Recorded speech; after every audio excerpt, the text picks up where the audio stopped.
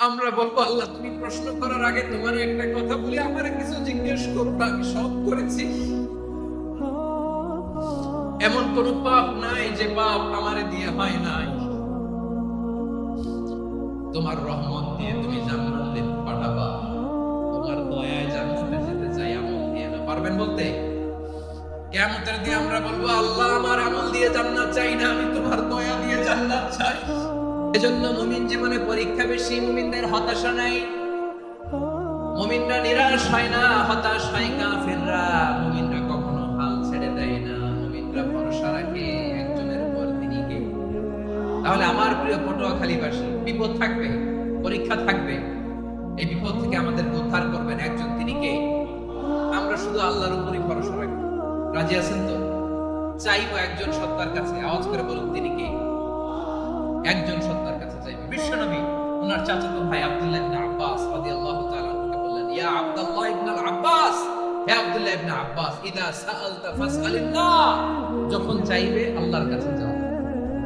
ও আব্দুল্লাহ, যখন চাইবা আল্লাহর কাছে যাও। ওয়া ইদা ইসতাআনতা ফাসতাইন বিল্লাহ, যখন সাহায্য চাইবা আল্লাহর কাছে ফরিয়াদ করো।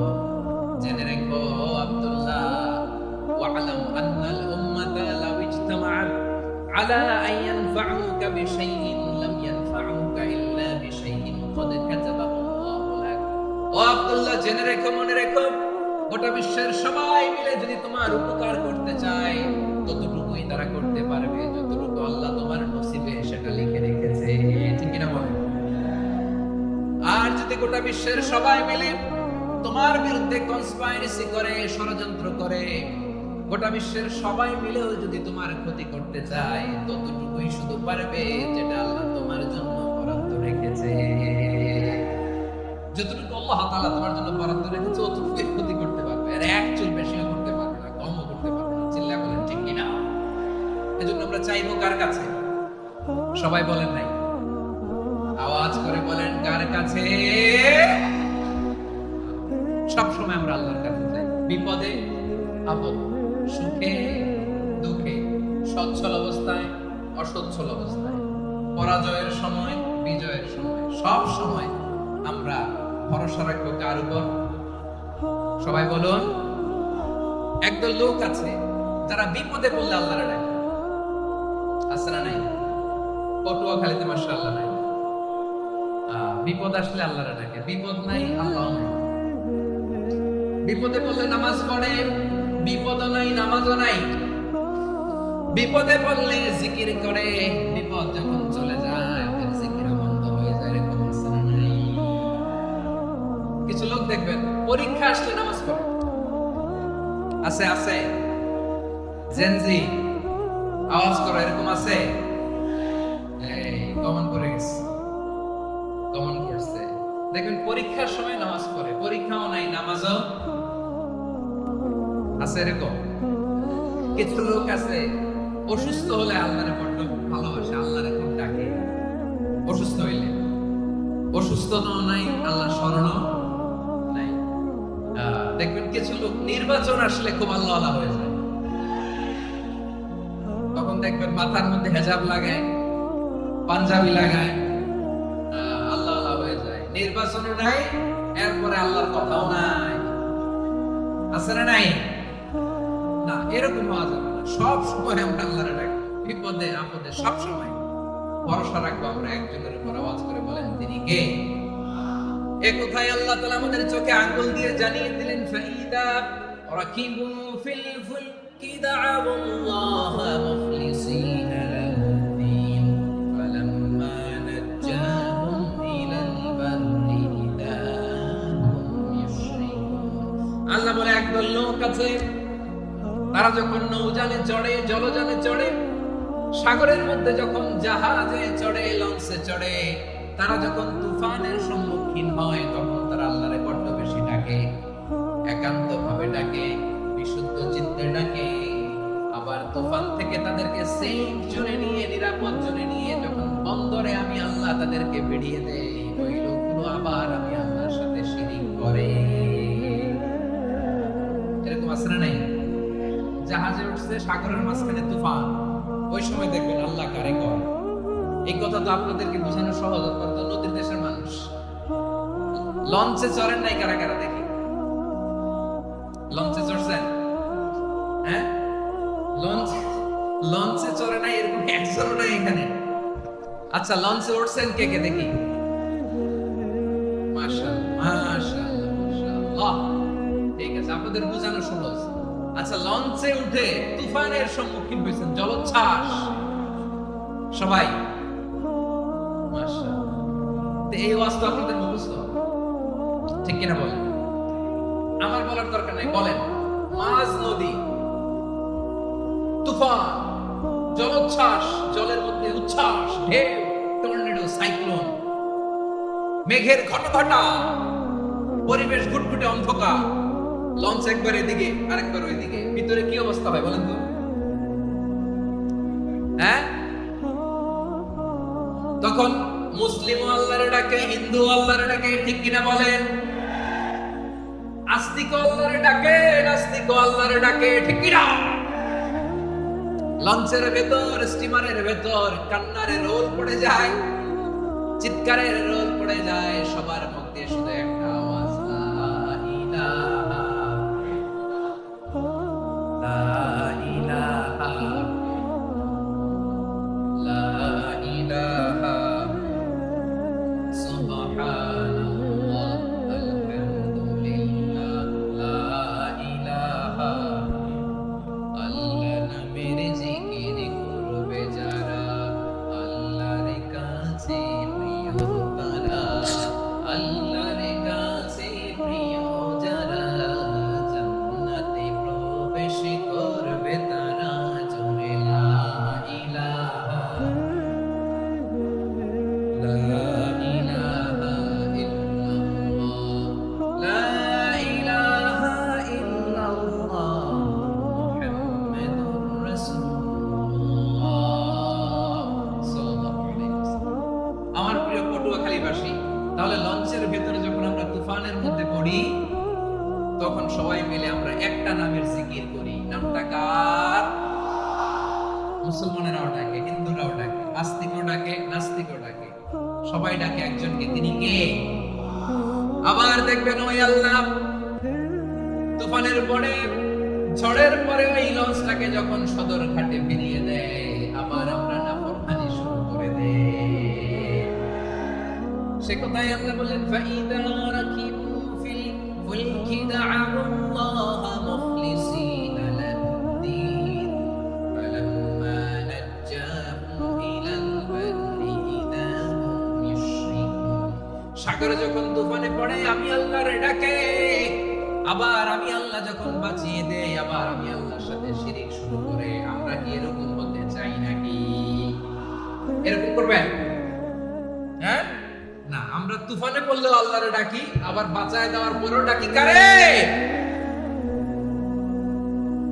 আল্লাহকে ডাকি। বিমানের মধ্যে মাঝে মাঝে দেখবেন যে এয়ার টার্বুলেন্স হয়, জানেন? এয়ার টার্বুলেন্স জানেন তো? মাঝে মাঝে বিমানটা বাউন্সিং করে, বাম্পি, ভেরি বাম্পি ওয়েদার। শুনেন নাই? 40,000 ফিট উপরে যখন থাকে, তখন পাইলট মাঝে মাঝে বলে, dear passengers, ladies and gentleman, right now we are flying 40,000 feet above the ground and we are passing very air turbulence, very heavy air turbulence right now. Please fasten your seat belt. দেখবেন মাঝে মাঝে বলে যে, ভদ্র মহিলা, ভদ্র মহোদয়গণ, আমরা 40,000 ফিট উপর দিয়ে যাচ্ছি আর এয়ার টার্বুলেন্স ফেস করছি, মেহেরবানি করে আল্লাহর রাস্তায় সিট বেল্ট বাঁধুন। তখন বিমানটা এরকম বাউন্সিং করে, শেকিং করে। আপনারা মুখোমুখি হয়েছেন? ইদানিং এই এয়ার টার্বুলেন্স বেড়ে গিয়েছে। গত বছর আমার ইন্টারন্যাশনাল অনেকগুলো ফ্লাইট ছিল, আমি দেখলাম যে আগের ফ্লাইটগুলোর তুলনায় এখন এয়ার টার্বুলেন্স খুব বেশি। আমি একটু রিসার্চ করে দেখলাম, ক্লাইমেট চেঞ্জের কারণে, জলবায়ু পরিবর্তনের কারণে আকাশের বাতাসের মুভমেন্টে পরিবর্তন হয়েছে, ফলে এখন বিমান শেকিং করে বেশি, বাউন্সিং, বাম্পি ওয়েদার। তো বলেন তো, 40,000 ফিট উপরে যখন আপনি, কয় হাজার ফিট? সবাই বলুন কয় হাজার ফিট? 40,000 ফিট উপরে যখন আপনি, তখন যখন বিমানটা এরকম বাউন্সিং করে, সবাই যখন ভমিটিং করে, বিমান নষ্ট করে দেয়, বমি করে, তখন বাঁচানোর কে আছে আল্লাহ ছাড়া? কেউ আছে? ওই মুহূর্তেও সবাই মিলে একজনের ডাকে আওয়াজ করে বলেন তিনি কে? মাঝে মাঝে কিছু সোশ্যাল মিডিয়ায় কিছু ভিডিও পাওয়া যায় যে হেভি যখন এয়ার টার্বুলেন্স হয় 10 সেকেন্ড 15 সেকেন্ডের কিছু ভিডিও পাওয়া যায়, বিমানটা এরকম বাউন্সিং করছে, বাম্পি ওয়েদার, কাঁপছে, মানুষগুলো বমি করছে, অক্সিজেন মাস্কগুলো সব ঝুলে পড়েছে, বিমানটা শুধু কাঁপছে। তখন দেখবেন বিমানের ভেতরেও এরকম লঞ্চের মতো চিৎকার আছে না নাই? বিমানের ভেতরেও তখন চিৎকার। গত বছর হিথ্রো এয়ারপোর্ট থেকে সিঙ্গাপুর এয়ারলাইন্সের একটা ফ্লাইট হিথ্রো টু চাঙ্গি একটা ফ্লাইটে এমন বেশি এয়ার টার্বুলেন্সের শিকার হয়েছিল ওই এয়ারক্রাফটটা, 33 জন যাত্রী সেখানে আহত হয়েছে, একজন যাত্রী নিহত হয়েছে। কেবিন ক্রুজ, এয়ার হোস্টেস যারা আছে, একজনের নাক ফেটে, চোখ ফেটে, কপাল ফেটে, ব্লিডিং হয়ে শয়লা। প্রিয় ভাইরা, 40,000 ফিট উপরে বিমানটা যখন কাঁপবে তখন আমাদেরকে আল্লাহ ছাড়া আর কেউ বাঁচানোর আছে? এত আস্তে বললে হবে? ওই কঠিন মুহূর্তে আমার বাবা আমারে বাঁচাতে পারে, আমার বন্ধু আমারে বাঁচাতে পারে। এই গ্রাউন্ডে, জমিনের বুকে আমার প্রোটোকল, আমার ক্ষমতা, আমার দাম্ভিকতা কোনো কিছু আমারে বাঁচাতে পারে?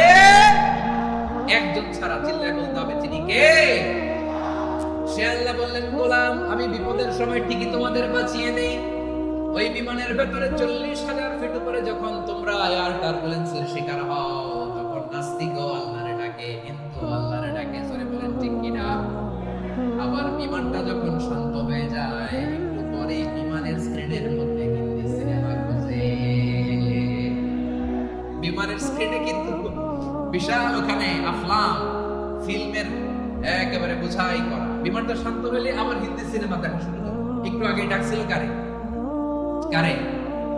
দেখবেন বাংলাদেশে আমাদের ক্রিকেটাররা যখন অন্য কোনো দেশের সাথে খেলে, অনেক সময় এমন হয় বল বাকি একটা, রান দরকার 6টা।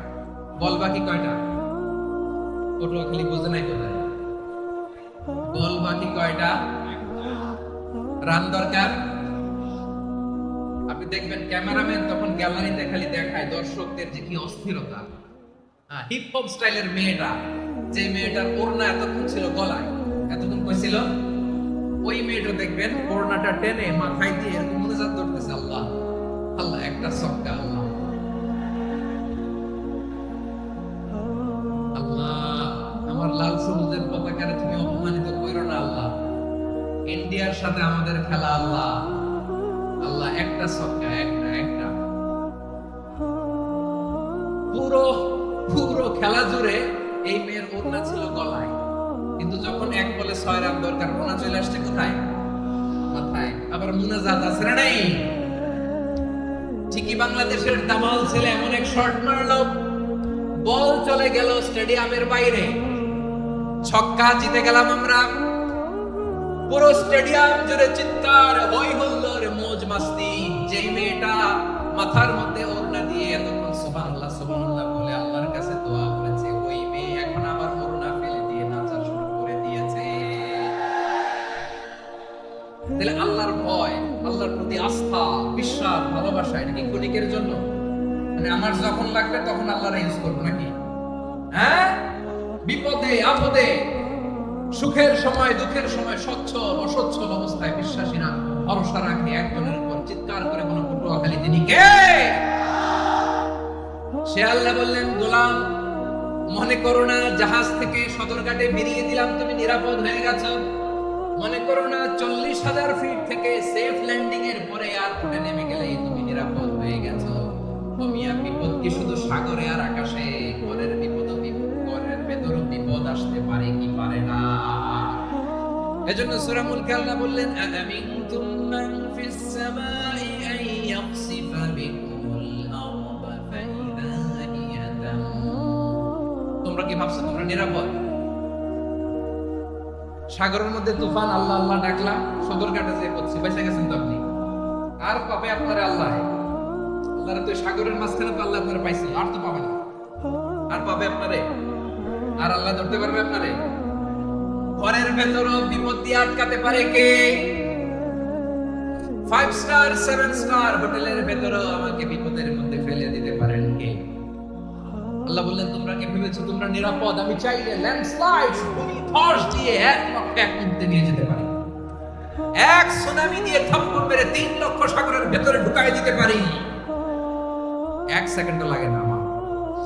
আম আমিনতুম মান ফিস সামাই আন ইউরসিলা আলাইকুম হাসিবা ফাসাতা'লামুনা কাইফা নাযীর। আল্লাহ চাইলে আকাশ থেকে পাথর বৃষ্টি নাযিল করতে পারেন কি পারেন না? এই মুহূর্তে এখানে ভূমিকম্প দিতে পারেন কি পারেন না? আচ্ছা, ভূমিকম্প যখন হয় আমাদের কারো হুঁশ থাকে? আপনি মনে করছেন আমরা সাধারণ মানুষ, আমরা দৌড় দেই, আর প্রেসিডেন্ট প্রধানমন্ত্রী ওনারা বুঝি খাটে শুয়ে থাকে? কথা বোঝে নাই বোধহয়। ভূমিকম্প আর্থকোয়েক যদি হয়, বাঁচার জন্য আমরা কি করি? হয় খাটের তলায়, ডাইনিং টেবিলের নিচে, উপরে শক্ত কিছু আছে এটার নিচে, অথবা ঘর থইয়া দাও দৌড়। তো প্রধানমন্ত্রী উনি কি করে? প্রেসিডেন্ট উনি কি করে? হ্যাঁ, উনি খাটের মধ্যে যে শুয়ে থাকে নাকি? উনিও দৌড়, সাধারণ মানুষও দৌড়, প্রধানমন্ত্রীও দৌড়, বাড়িওয়ালাও দৌড়, ভাড়াটিয়াও দৌড়, সবাই দৌড়। নাকি ভাড়াটিয়ারা বাড়ি থইয়া দৌড়, বাড়িওয়ালারা বেরোয় না? এরকম না। তাহলে যে মুহূর্তে ভূমিকম্প দিয়ে নাস্তানাবুদ করতে পারে কে? আমার প্রিয় ভাইয়েরা, আমরা নিরাপদ নই, আমরা তার দয়ায় বেঁচে আছি। কার দয়ায়? এজন্য আল্লাহ বললেন, গোলাম, যে কোনো মুহূর্তে বিপদ দিয়ে তোমাদেরকে নাস্তানাবুদ করতে পারি। বিশ্বাসী বলে যদি নিজেকে দাবি করো, সব সময় ডাকতে হবে একজন সত্তাকে। বলেন তিনি কে? এই কথা ক্লিয়ার? এই সবগুলো উদাহরণ শেষে সবার কাছে ক্লিয়ার হয়েছে না যে বিপদ থেকে, আপদ থেকে, পরীক্ষা থেকে, খেলাপিটি থেকে আমাদেরকে কেউ বাঁচাতে পারে না একজন সত্তা ছাড়া। আবারও বলেন তো তিনি কে?